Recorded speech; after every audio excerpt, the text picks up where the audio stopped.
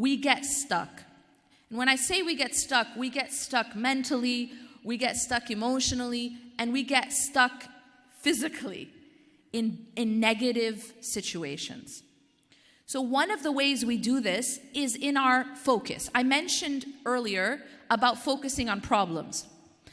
Another toxic mistake that we make that keeps us stuck is that we tend to focus on our past.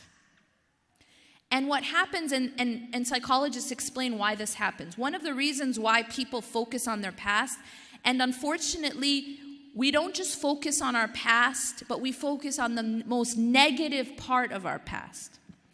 We replay these things. We fixate on these things. And one of the reasons why we do that is it's sort of like a protective measure, that we think that I have to remember this and I have to keep replaying it so that it doesn't happen again. So we're thinking that this is going to protect us. But it actually becomes self-defeating. Because you may actually be creating patterns where these things repeat.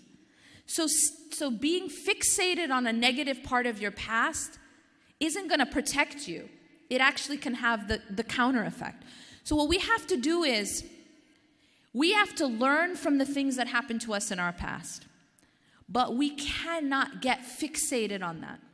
We have to have the mental discipline to be able to think about moving forward rather than being stuck in the past.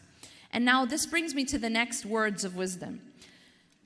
And this was something I read, and I thought it's something that if we live by this, we wouldn't fall into this trap. And that is that, remember that the past is a place of reference, not a place of residence. That it's a place of reference, not a place of residence. Now, to make this stick, I'm going to give you an analogy. When you're driving on the highway, where do you have to look? In front. Good. Okay. What would happen if you, instead of looking in front, you fixated on what was behind you? You'd crash. Simple. So, when we're driving in a car, we have a reference to what's behind us, right? It's called that little mirror. That's called the rear view mirror, right? How big is it? It's like this big. Even if you get the really big one, it's like this big. Yeah? How big is the window that shows us what's in front of us? It's this big. Why? Because our focus is supposed to be moving forward. It's not supposed to be what's behind. However, we should reference what's behind, right? Just to have an idea of where we're going.